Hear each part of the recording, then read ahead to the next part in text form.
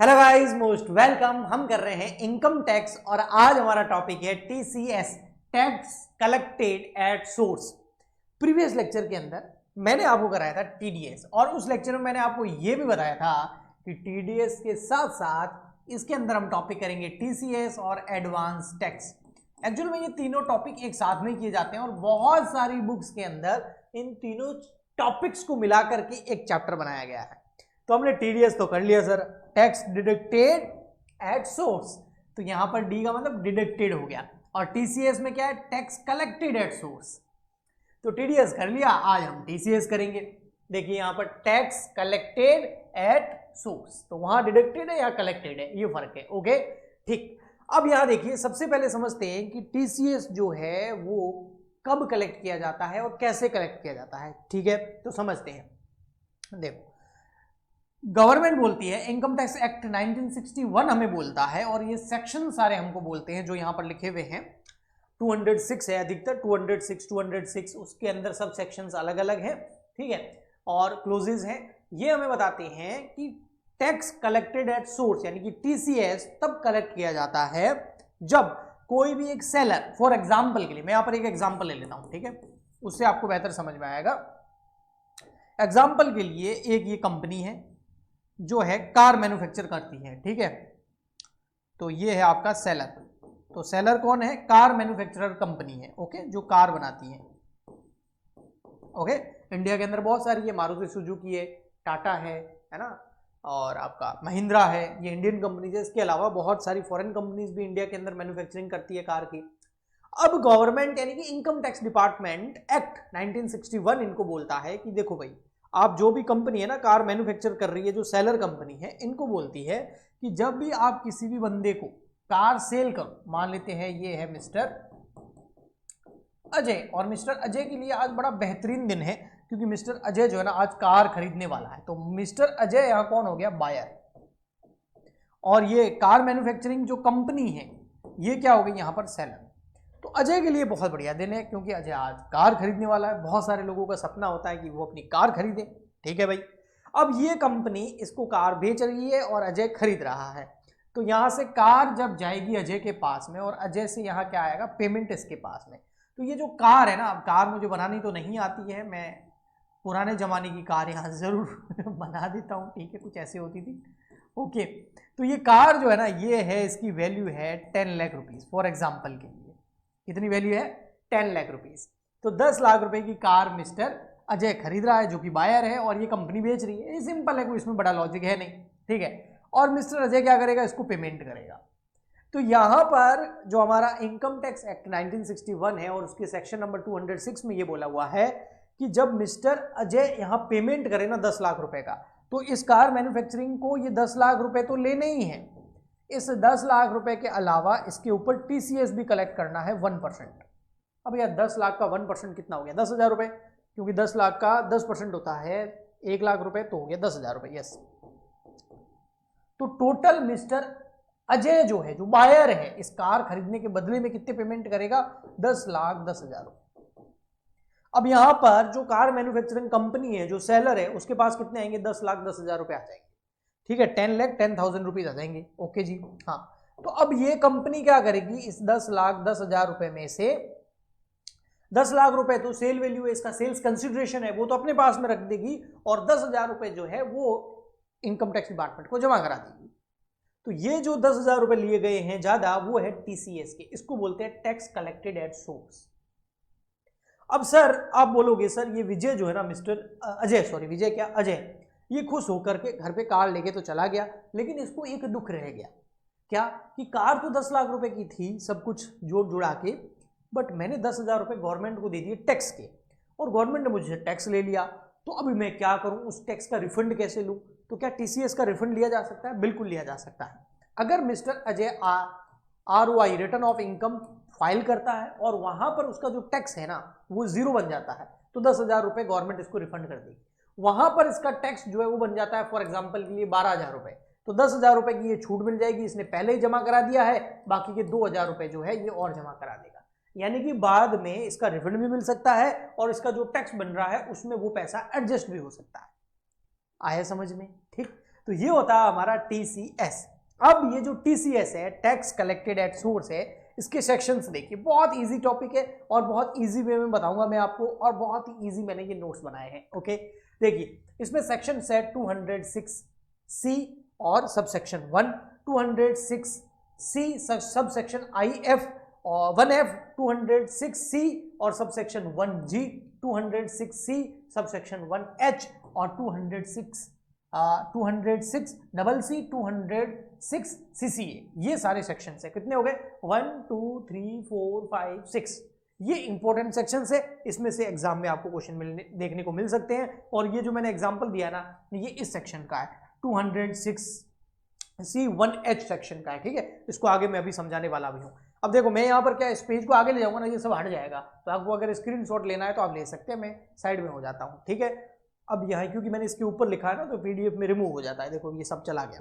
Okay, तो सबसे first हमारा सेक्शन है सेक्शन नंबर 206C और सब सेक्शन है 1, जो कि है TCS, tax collected on source on specified goods. तो TCS किसके ऊपर है? स्पेसिफाइड गुड्स के ऊपर। इसका मतलब ये नहीं है कि भैया आप मार्केट में कुछ भी खरीदने जाओगे और आपको जो है, जैसे चिप्स का एक पैकेट खरीदने गए आप, चिप्स का पैकेट है 10 रुपए का और उसके ऊपर 1 रुपया आपको TCS का देना पड़ रहा है। नहीं, ये GST नहीं है। हाँ, ये है एक तरीके से इनकम टैक्स एक्ट के अंदर, डायरेक्ट टैक्स के अंदर पड़ रहे हैं, लेकिन इनडायरेक्टली टैक्स कैलकुलेट जरूर किया जा रहा है। तरीका वही GST की तरह है, लेकिन ये GST नहीं है जो हर सेल पे लगेगा ही लगेगा, हर परचेज पे लगेगा ही लगेगा। ऐसा नहीं है, छोटी मोटी चीजों पर और बहुत सारी चीजों पे ये नहीं लगता है। ओनली जो चीजें इस सेक्शंस के अंदर स्पेसिफाइड है, जो स्पेसिफाइड गुड्स है, उनके ऊपर ही TCS कलेक्ट किया जाता है सेलर द्वारा। ओके, हर गुड्स पे नहीं। ओके जी, ठीक। तो अब ये क्या है, एप्लीकेबिलिटी क्या है? TCS by seller from buyer on sale of specified goods. जब भी कोई भी सेलर गुड्स सेल करेगा तो बायर से वो TCS कलेक्ट कर लेगा, लेकिन हर गुड्स पे नहीं, कुछ स्पेसिफाइड गुड्स पर। अब ये स्पेसिफाइड गुड्स कौन कौन से हैं वो इस सेक्शन के अंदर दे रखे हैं। ये देखिए स्पेसिफाइड गुड्स एंड उसकी रेट्स दोनों साथ में हैं। एक है अल्कोहल। अगर आप शराब खरीदने जा रहे हैं भैया, तो आप 1% TCS दे रहे हैं उस दुकानदार को, जिससे आप लिकर अल्कोहल शराब खरीद रहे हैं। ओके जी।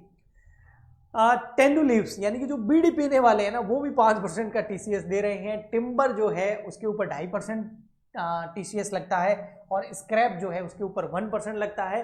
कोल मिनरल्स जो होते हैं, लिग्नाइट वगैरह, उनके ऊपर 1% जो है TCS कलेक्ट किया जाता है। किसके द्वारा? सेलर द्वारा। किससे? बायर से।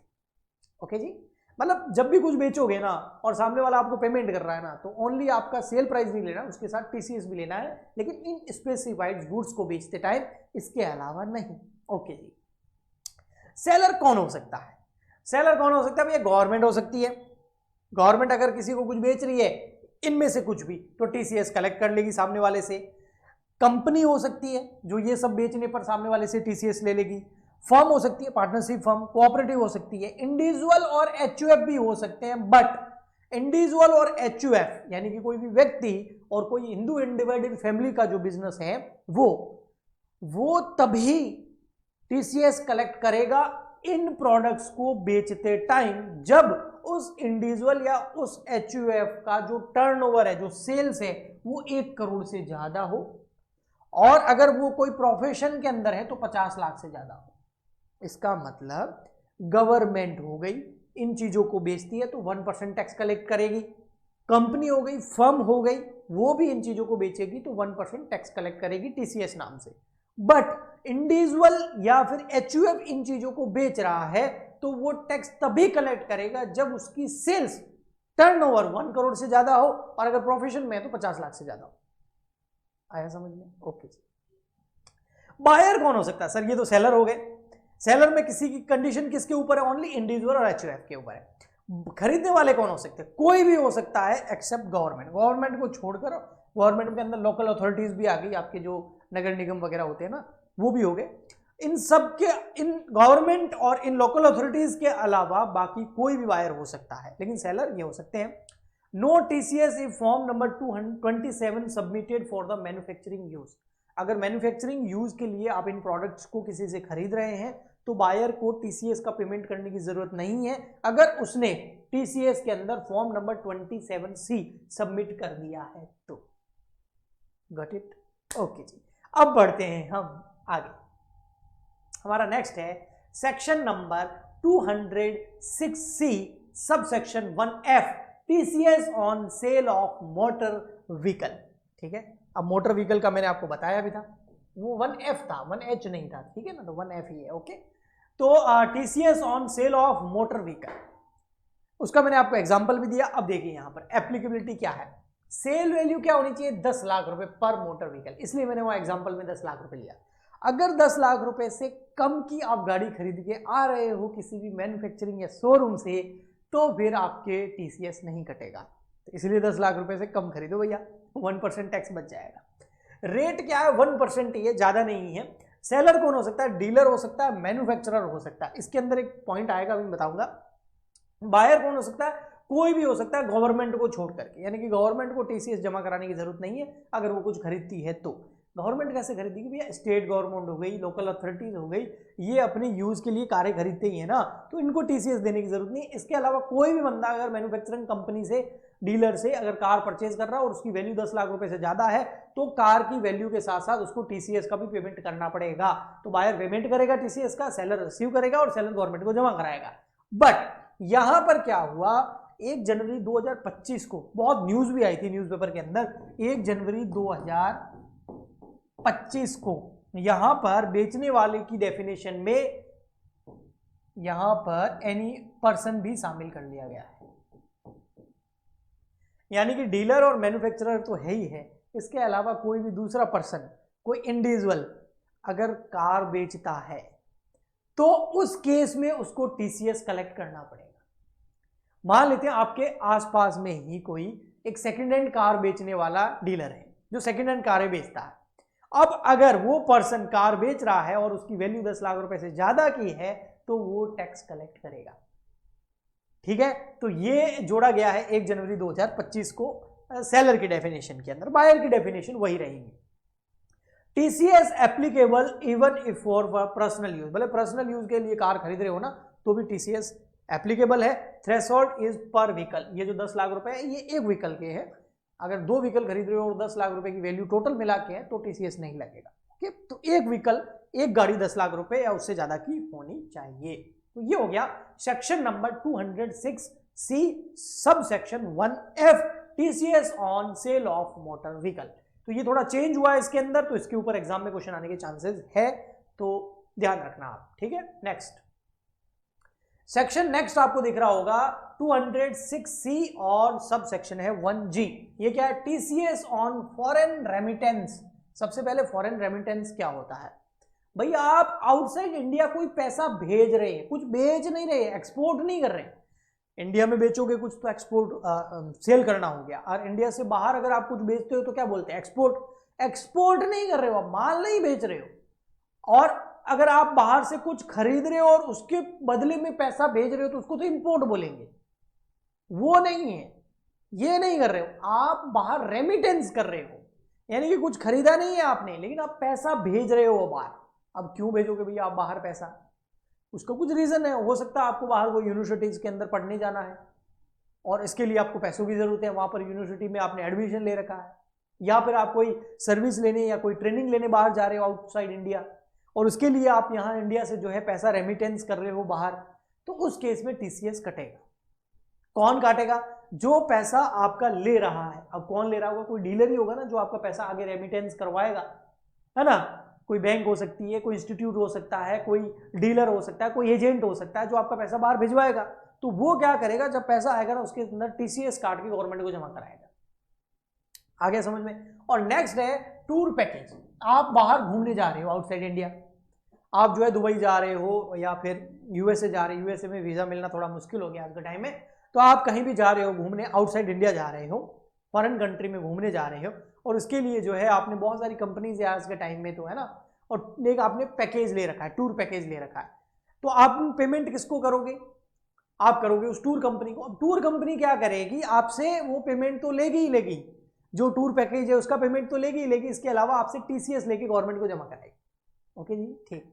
अब ये देखिए इस पे क्या है, फॉरेन रेमिटेंस पे टैक्स तभी लगेगा जब फॉरेन रेमिटेंस जो 7 लाख रुपए से ज्यादा हो। Okay, any sale overseas tour package, और सेल जो है कोई भी टूर पैकेज में हो सकती है, लेकिन फॉरेन रेमिटेंस कितना होना चाहिए, 7 लाख से ज्यादा होना चाहिए। अगर 7 लाख रुपए से ज्यादा फॉरेन रेमिटेंस है और आपने एजुकेशन लोन रेमिट कर रहे हो तो 0.5% टीसीएस कटेगा। एजुकेशनल और मेडिकल लेकिन नॉन लोन है, लोन लेके आप बाहर पढ़ने के लिए जा रहे हो तो गवर्नमेंट बोलती है भैया मत काटो ज्यादा टीसीएस, 0.5% काट लो। लेकिन अगर आप जो है लोन वोन कुछ नहीं लिया, आप बहुत अमीर हो, आप बाहर पढ़ने जा रहे हो या मेडिकल जो है पर्पज से जा रहे हो तो 5% टीसीएस कट जाएगा। इन दोनों के अलावा कोई अदर रीजन से 7 लाख रुपए से ज्यादा का रेमिटेंस आप फॉरेन कंट्री में करते हो तो 20% आपका टीसीएस कट जाएगा। ओके, अगर टूर पैकेज कर रहे हो तो 5% जो है पैकेज आपका टीसीएस कटेगा, इसमें कोई भी थ्रेशोल्ड नहीं है।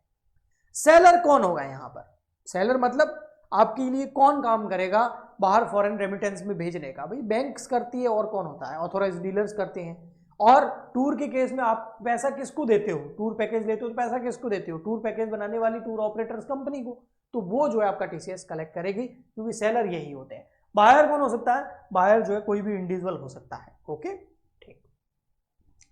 नेक्स्ट आता है आपका सेक्शन नंबर 206C और आपका sub section 1H, TCS on sale of goods general provision. General provision यानी कोई भी आप गुड्स बेचते हो तो आपको टीसीएस कलेक्ट करना है। इसका मतलब आप छोटी मोटी दुकानों पे जाओगे, वो आपको गुड्स बेच रहे हैं तो क्या वो आपसे टीसीएस लेंगे, नहीं। यहाँ पर लिमिट है, अगर सेलर जो है ना उसका टर्नओवर 10 करोड़ से ज्यादा है, यानी कि जिस दुकान पे जा रहे हो ना उसका टर्नओवर, उसकी सेल्स 10 करोड़ रुपए से ज्यादा की होनी चाहिए। और इसके अलावा जो आप बाय कर रहे हो ना उसकी वैल्यू 50 लाख रुपए से ज्यादा होनी चाहिए। बड़ी बड़ी बातें हो गई भैया। एक सेलर जो है उसका टोटल सेल जो मार्केट में वो करता है वो 10 करोड़ रुपए है, और जो बायर खरीदने जा रहा है वो 50 लाख रुपए से ज्यादा की कोई चीज खरीदने जा रहा है, तो उस केस के अंदर बायर को जो है टीसीएस जमा कराना पड़ेगा सेलर को। ओके जी, रेट कितनी है, 0.1% ओनली है रिसिप्ट एक्सीडिंग 50 लाख से ज्यादा हो। और अगर आपके पास पैन कार्ड नहीं है तो 1% टीसीएस कट जाएगा, पैन कार्ड है तो 0.1% टीसीएस ही कटेगा। सेलर कौन होगा, कोई भी बिजनेस एंटिटी हो सकती है जिसकी टर्नओवर 10 करोड़ रुपए से ज्यादा होनी चाहिए। बायर कौन हो सकता है, कोई भी हो सकता है गवर्नमेंट को छोड़ करके, बाकी कोई भी बायर हो सकता है। ओके, नेक्स्ट आगे बढ़ते हैं। नेक्स्ट सेक्शन है हमारा सेक्शन नंबर 206CC। ओके, अब ये क्या है, higher TCS for no PAN no Aadhaar. अगर आपने पैन कार्ड नहीं बना रखा है, यानी कि इसका मतलब इनकम टैक्स डिपार्टमेंट को आपके बारे में कोई जानकारी नहीं है, आपने आधार कार्ड नहीं बना रखा है, तो भैया आप पर जितने भी अभी हमने सेक्शन पढ़े उसमें जो भी रेट है उससे ज्यादा रेट से आपका टीसीएस कटेगा।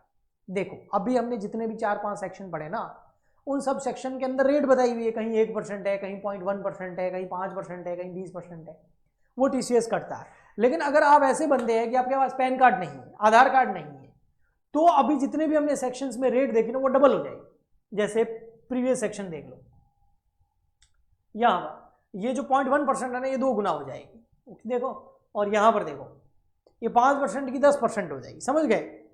तो अगर आपके पास पैन या आधार कार्ड नहीं है तो फिर आपका जो टीसीएस है वो कटेगा डबल रेट से। तो टीसीएस की रेट क्या हो जाएगी, 2x, यानी कि डबल, है ना, ट्वाइस इसको बोल सकते हैं, क्या बोल सकते हैं, ट्वाइस। जो भी रेट है वो ट्वाइस कर लो, उसका डबल कर लो, और 5%, इन दोनों में से जो हायर होगा वो आपका टीसीएस रेट होगा। एक जो नॉर्मल रेट लग रही है उसका 2 गुना कर दो, जैसे नॉर्मल रेट लग रही है 5%, तो उसका 2 गुना कितना हो गया, 10%। ओके, और एक 5%, अब इन दोनों में से ज्यादा क्या है, 10%, वो आपका टीसीएस कट जाएगा। लेकिन 206C1H जो हमने प्रीवियस सेक्शन देखा, इसमें मैक्सिमम रेट क्या होगी, 1% होगी। ये देखो यहाँ पर इसलिए क्योंकि यहाँ पर था 1% टैक्स लगेगा आपका टीसीएस नो पेन अगर हो तो ये एक एक्सेप्शन है। इसके अलावा बाकी सब में डबल और 5% दोनों में से ज्यादा हो।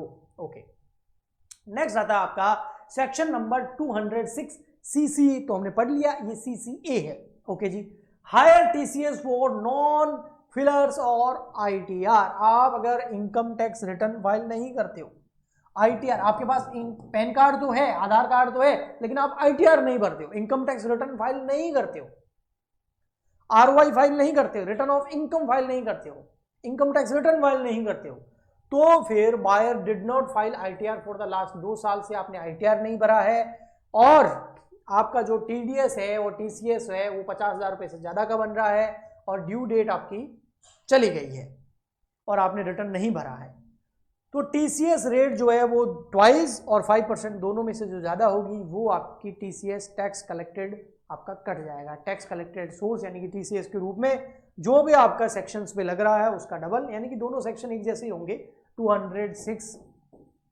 CC और 206 CC है, दोनों में सेम ही फॉर्मूला है, इन दोनों में से जो आया डबल और 5% दोनों में से जो हायर रेट हो उससे आपका TCS कटेगा। दोनों सर 2 सेक्शन क्यों बनाए गए?